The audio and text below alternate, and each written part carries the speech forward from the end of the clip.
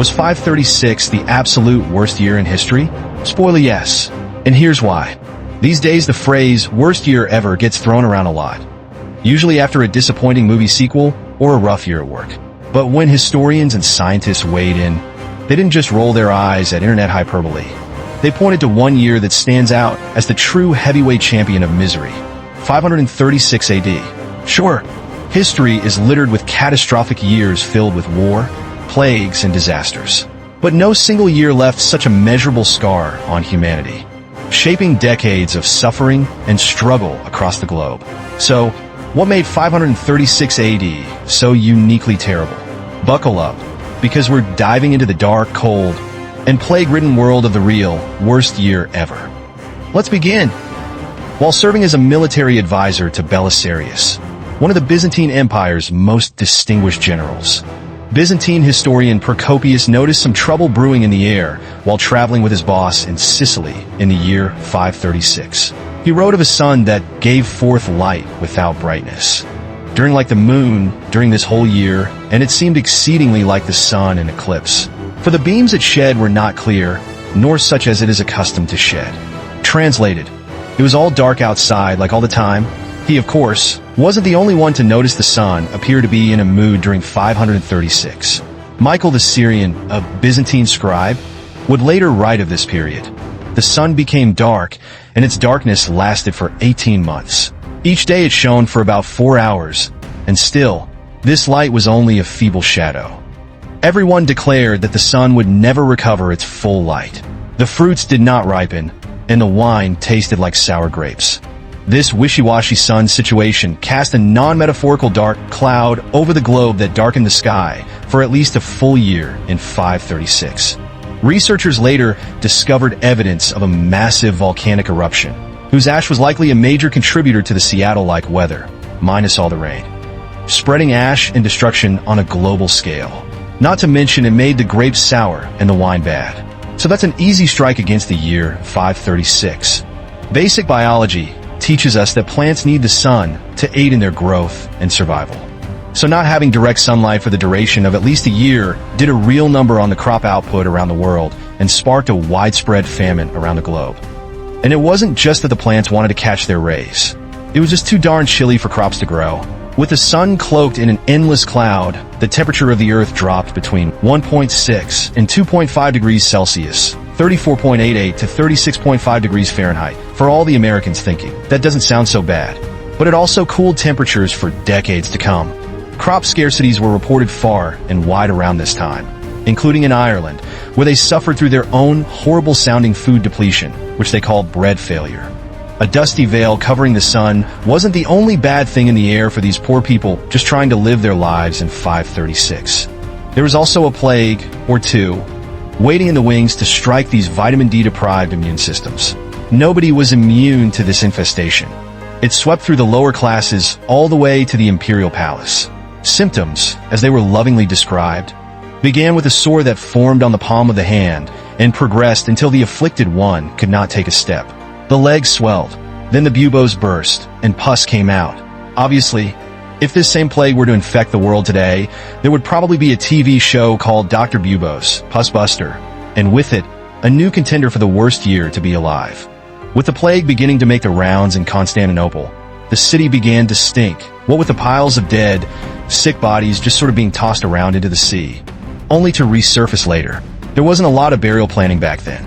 Bring out your dead. It was more of a wing it vibe around the Justinian plague.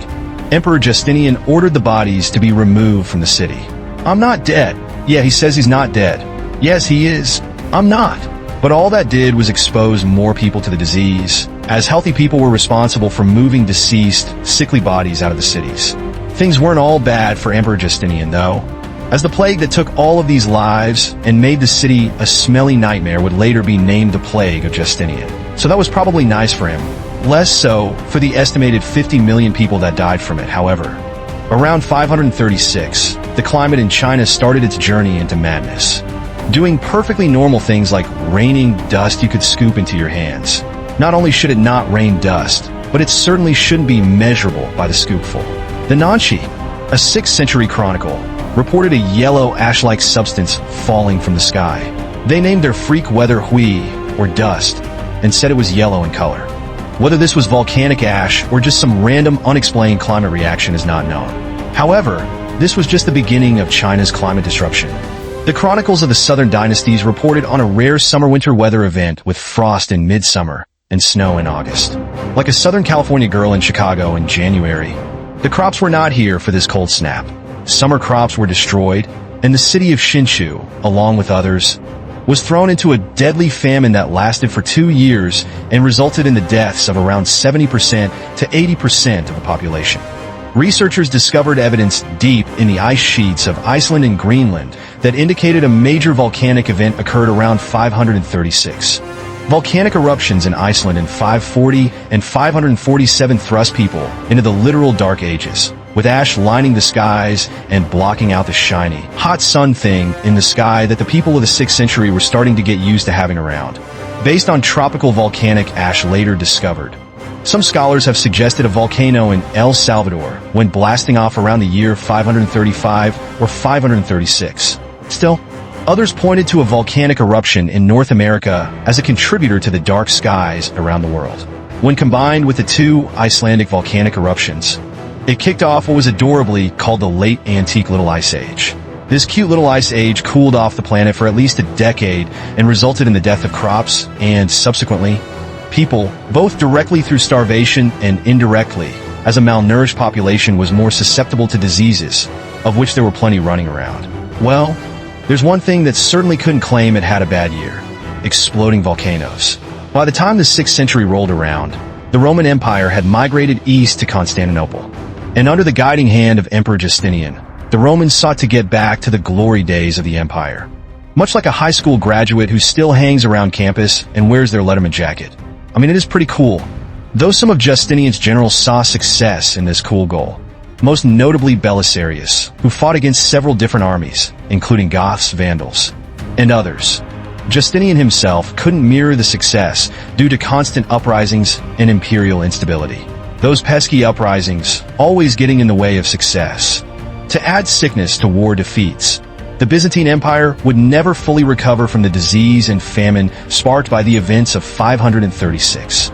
The Byzantine Empire lost between 35% to 55% of its population in the year 541, once the bubonic plague moved in and did what the plague did best: killed depressingly high percentages of entire populations.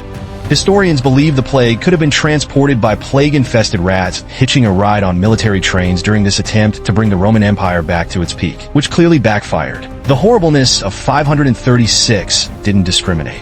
The Moche civilization of Peru wouldn't count 536 as their banner year either.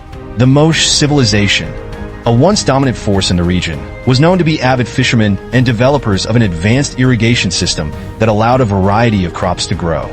Their agricultural talents were the backbone of their economy, but the weather conditions in the 6th century caused their pocketbooks to take a deep hit. It was around this time that an unusually strong El Niño weather system caused waters to warm, which decimated the fish supply.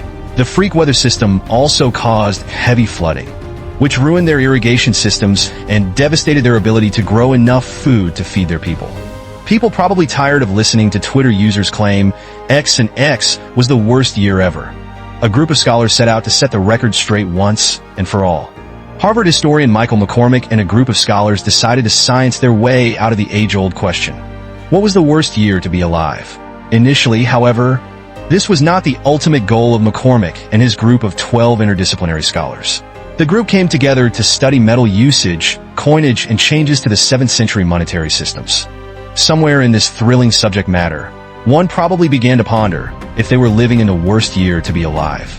Their findings included an analysis of volcanic fragments from an Icelandic volcano and ice core samples from Swiss glaciers that, yes, dated back to 536, confirming the volcanic event that thrust a good portion of the northern hemisphere into unprecedented darkness, setting off a global catastrophe.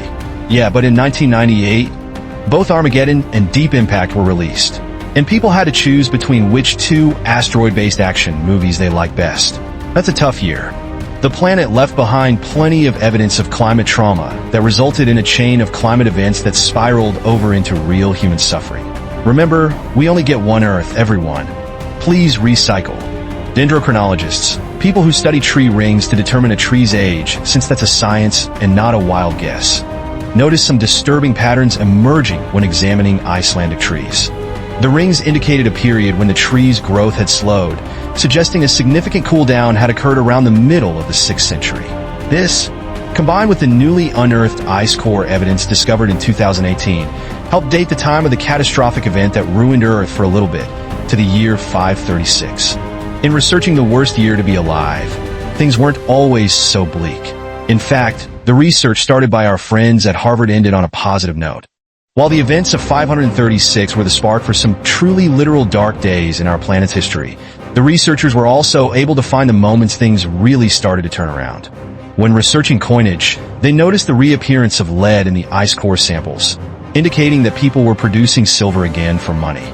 Capitalism, the life force of us all. Experts argued the prevalence of silver meant more coins were being produced, which was a sign of a thriving economy. The lesson being, as bad as it may seem, it will almost always get better. Almost always. So, what do you think? Would you like to go into a time machine and play the ultimate game of Survivor? Let us know in the comments below. And while you're at it, check out some of these other videos from our channel.